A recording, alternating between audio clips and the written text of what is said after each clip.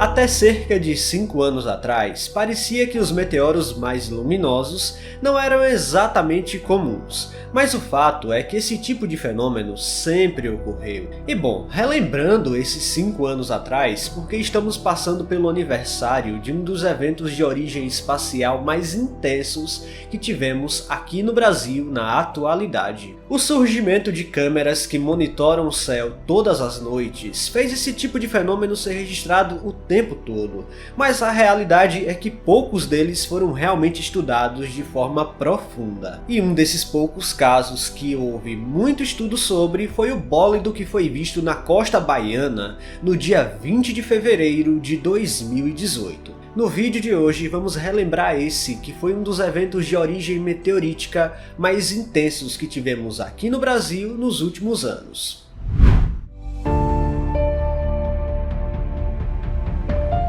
Por incrível que pareça, fevereiro de 2023 também foi o mês e ano do aniversário de 10 anos do grande evento de Chelyabinsk, lá na Rússia.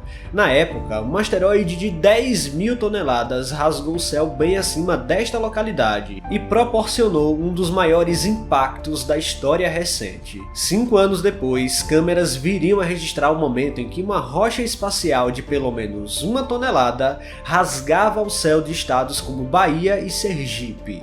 Quem assiste ao canal com certa regularidade já deve entender bem como funciona o processo de um meteoro passando no céu. Mas agora eu vou refrescar um pouco a memória de vocês. Independente da rocha que venha entrar na Terra, ela vai sempre entrar na atmosfera a velocidades supersônicas de milhares de quilômetros por hora. Em média, uma rocha espacial começa a brilhar quando ela atinge 90 km de altitude e entra em contato com a parte mais densa da atmosfera da Terra. Ao contrário do que muitos pensam, não é a rocha em si que faz o fenômeno do meteoro acontecer, tampouco o atrito com o ar. A rocha espacial só faz parte do processo, mas a coisa é um pouco mais complexa do que parece, e pode ser entendida simplesmente imaginando que a pequena rocha passa pelo ar, cria uma zona de altíssima pressão à sua frente, o gás então começa a aquecer rapidamente e vira um estado da matéria conhecido como plasma.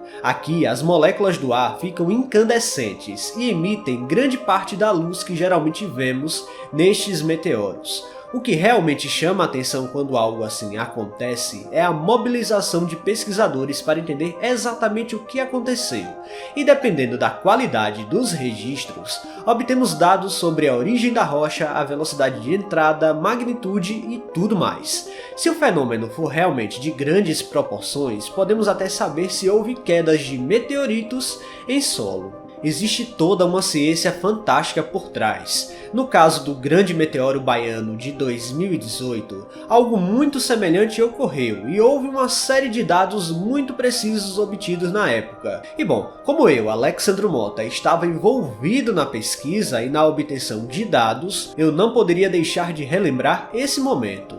A história por si só é muito legal. Tudo começa ainda cerca de 4 dias antes do impacto, quando um estágio de foguete russo estava na órbita da Terra e corria risco de cair aqui no Brasil. O fato, a princípio bem assustador, ganhou a internet, e ele veio a entrar na atmosfera da Terra no dia 16 de fevereiro, bem acima do Canadá. No entanto, às vezes a informação demora para se propagar, e muitos não estavam cientes do ocorrido, quando exatamente às 22 horas e 27 minutos do dia 20 de fevereiro, uma imensa bola de fogo rasga o céu de cidades da costa da Bahia e Sergipe, sendo avistada também a quase 300 km de distância. No primeiro momento, o assunto do foguete russo voltou à tona, e muitos acreditavam que o meteoro teria sido causado pela reentrada do corpo do foguete. Obviamente, isso não foi verdade, e o mais bizarro daquela noite foi que houve gente relatando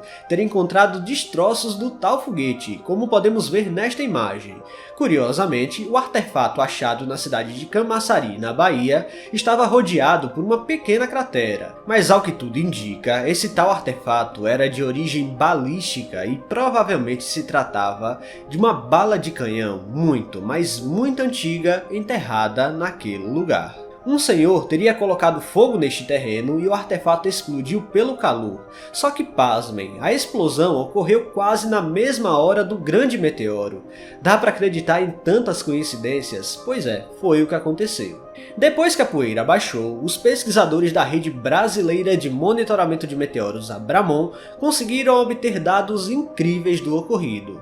Veja só esse vídeo passando na tela. Ele foi cedido por um senhor chamado Edivaldo de Carvalho, morador aqui da minha cidade, Conceição do Coité. Esse foi um dos melhores vídeos registrados deste acontecimento, mesmo tendo ocorrido a quase 300 km de distância. A minha câmera da BRAMON também registrou o acontecimento, só que apenas o clarão, já que ela estava apontada em outra direção em relação ao meteoro. Para estimar o quão grande foi aquela rocha, os pesquisadores da BRAMON, como Marcelo Zurita, Carlos de Pietro, Gabriel Gonçalves e demais, precisavam de uma referência de luz para medir a magnitude do objeto e saber o quão brilhante ele foi. Para isso, eu me desloquei até a rua onde estava a câmera localizada. Efetuei a medição das luzes dos postes para que o pessoal da BRAMON pudesse ter uma noção do brilho e pudéssemos comparar com algum objeto conhecido e muito brilhante, como é o caso do planeta Vênus, por exemplo. Sabendo o poder de luminosidade dos postes, uma estimativa de magnitude foi obtida, e era maior do que o brilho da lua cheia. Mas se você não conhece o que é magnitude, é simplesmente uma escala de brilho da astronomia. Quanto menor o número obtido, mais brilhante o objeto celeste será. Com esse dado em mãos, muito cálculo foi feito pela equipe da BRAMON, o que tornou este um dos eventos de origem meteorítica mais bem estudados do país. A partir das estimativas de brilho feitas, foi possível medir o fluxo de energia luminosa à medida que a rocha entrava na atmosfera.